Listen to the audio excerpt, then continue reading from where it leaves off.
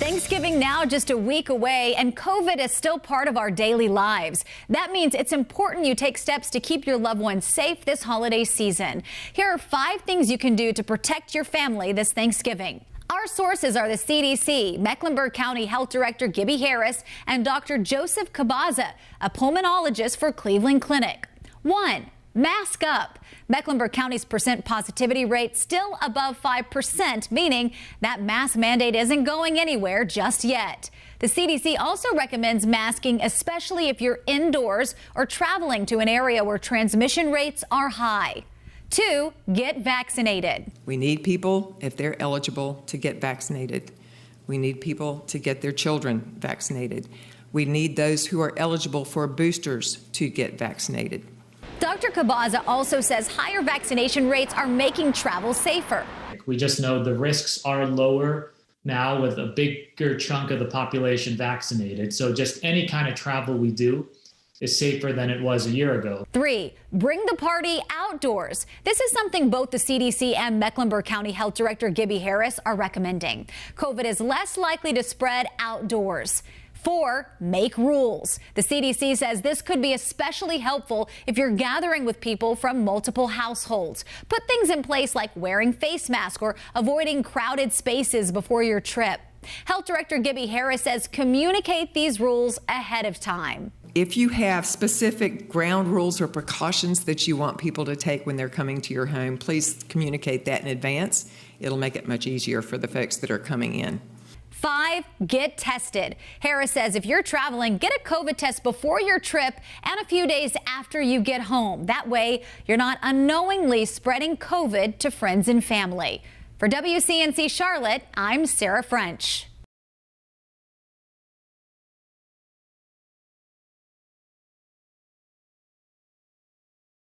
COVID-19 infections are on the rise in at least 20 states ahead of Thanksgiving. CBS News' Bradley Blackburn has more. Some good news for millions of Americans looking forward to the holidays. If you get vaccinated and your family's vaccinated, you can feel good about enjoying a typical Thanksgiving, Christmas with your family and close friends. The nation's top infectious disease expert, Dr. Anthony Fauci, says the U.S. is still seeing about 70,000 new COVID-19 cases a day. While that's down significantly from mid-September, some areas are now seeing an uptick. We still have about 60 million people in the country who are eligible to be vaccinated who have not yet gotten vaccinated. Some hotspots in the country, like Colorado, are taking additional steps to get a handle on infections. Starting Friday, the state health department will require proof of vaccination at most indoor events with more than 500 people. Officials in Colorado have also made booster shots available to all adults, not just those in high-risk groups. Everybody should get the booster after 6 months. The data is incredibly clear that it increases your personal protection level. Dr. Fauci said if most people who are eligible for a booster go get one, 2022 can start looking a lot more normal. But there are many miles to go before we turn the page on 2021. Dozens of Democratic lawmakers sent President Biden a letter asking him to require proof of full vaccination or a negative test for airline passengers on domestic flights, hoping to reduce the chances of another winter surge.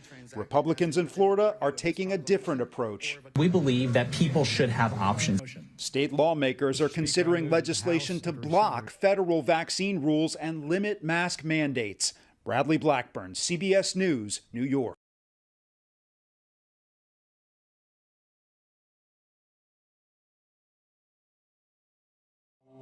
Medcram.com. Welcome to another MedCram COVID-19 update.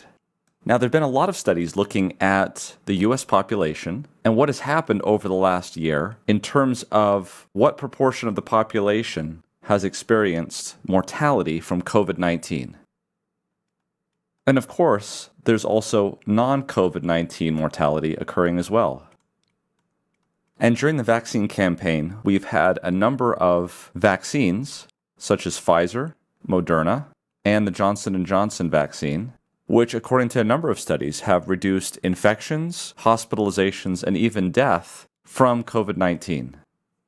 A question that really hasn't been answered up to this point, however, is what is the effect of the vaccines on non-COVID-19 mortality? This question has been raised a number of times indirectly as to the question of, yes, these vaccines may be preventing COVID-19 mortality because they reduce hospitalizations and infections, but if they're causing significant side effects, is it possible that these vaccines could be potentially increasing non-COVID-19 mortality? As of September 21 of 2021, there have been 182 million people that have been fully vaccinated in the United States, either from the Pfizer-BioNTech vaccine, the Moderna vaccine, or the Johnson & Johnson vaccine. Is there any data that answers the question as to what these vaccines are doing to non-COVID-19 mortality in different populations? And for the first time, we actually have some data that has just been published on October 22nd, 2021 from the CDC in an article titled COVID-19 Vaccination and Non-COVID-19 Mortality Risk. 7 integrated healthcare organizations, United States, December 14, 2020 to July 31st, 2021. So what this study did is it looked at 7 different integrated healthcare organizations. And these integrated institutions are outpatient clinics or hospital organizations, typically with an electronic medical record to track the patients, and looked at a total of about 11 million subjects in this study. So this is a fairly large study. Actually, it was about 3% of the entire United States population. So it's a very robust study in terms of numbers. And it looked at the folks that had the Pfizer vaccine, and there was about 3.5 million with controls. And remember, controls are simply the group that we're comparing the intervention to, and we'll talk a little bit more about that. It looked at those who had the Moderna vaccine, and there was about 2.6 million of those. And then finally, it looked at those with the Johnson & Johnson vaccine, and there was about 342,000 of those with controls. So one of the things about the J&J vaccine is because it was given emergency use authorization months after the Pfizer and Moderna vaccines were given emergency use authorization, they had to come up with different control groups. So they wanted to make sure that the controls that they matched with each of these vaccines were contemporaneous or at the same time that these J&J and Pfizer and Moderna vaccines were rolled out. Now, the other thing that you should understand is that whenever you're doing a comparison in this type of a situation and you're looking at vaccines, people who take vaccines don't typically also engage in risky behavior. And that, of course, could lead to non-COVID mortality. They wanted to make sure that they had the same type of people in the control groups. And so one of the entry criteria to become a control in this study was that they have had to have taken the flu vaccine at least once in the last 2 years. This would eliminate those people that never would have had a vaccine just because of their typical behavior. And of course, the end point in this study was non-COVID related deaths. This is important because there's a conception out there that the vaccines may be reducing deaths from COVID-19, reducing infections, but they may be causing side effects that could be causing increases in other things, or maybe even deaths that aren't related to COVID, non-COVID related deaths, in other words. And so that's why this study is really important. So we're going to get through the data. We're going to talk about some of the confounders and some of the limitations of the study. But I want you to stick with me as we go through this, because this is really an important topic to tackle in terms of the reported deaths on the VA-ERS and other things as well. And as a spoiler alert, we're going to see here that non-COVID related deaths are actually lower in the vaccine groups. And we're going to talk about how they did that. And for that, they looked into 7 integrated healthcare organizations with something called a VSD, a Vaccine Safety Data Link, which reports not only hospital-related deaths, but also deaths reported to the health plans. One of the other entrance criteria or exclusion criteria is that the death had to be outside of 30 days from either a SARS-CoV-2 test positivity or COVID-19 illness.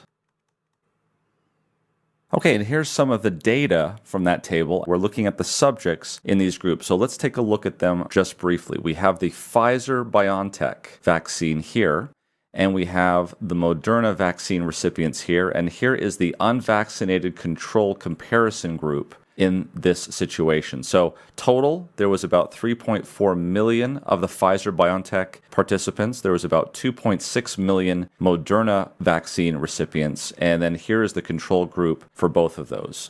Because Janssen rolled out later, there is about 342,000 enrolled in that group.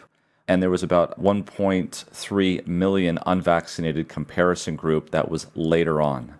And now what we have is the age groups of these groups. As we can see here, 12 to 17, 18 to 44, 45 to 64, 65 to 74, and 75 to 84. And you can see here that these are fairly large groups. So for instance, in the 12 to 17 year group, there was 316,000 enrolled in the Pfizer-BioNTech group.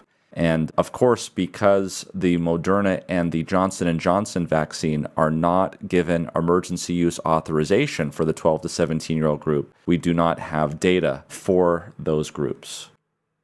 There was close parity between male and female across the enrollment group.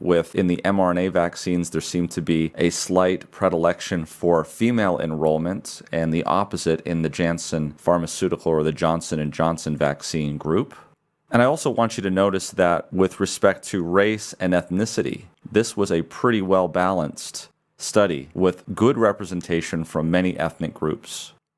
Okay, let's take a look now at the deaths in these groups based on the reporting from our pre-aforementioned criteria. So again, these are deaths that did not.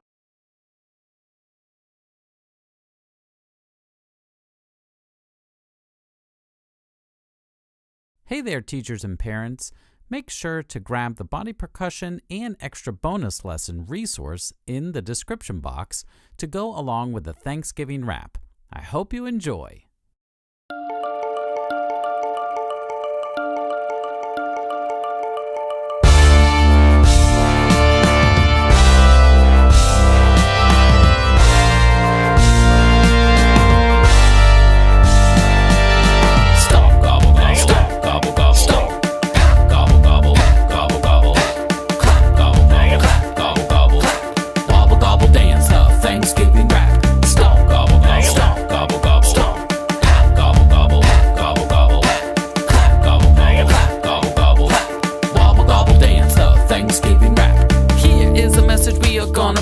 It's time to be inspired, listen up, rapping the quote. Be thankful for what you have, you'll end up having more. It's Thanksgiving time, explore giving, then you will soar. Another thing to learn in this musical world is syncopation is the rhythm in this rap preferred. You're gonna need to listen, the position of the mission, repetition.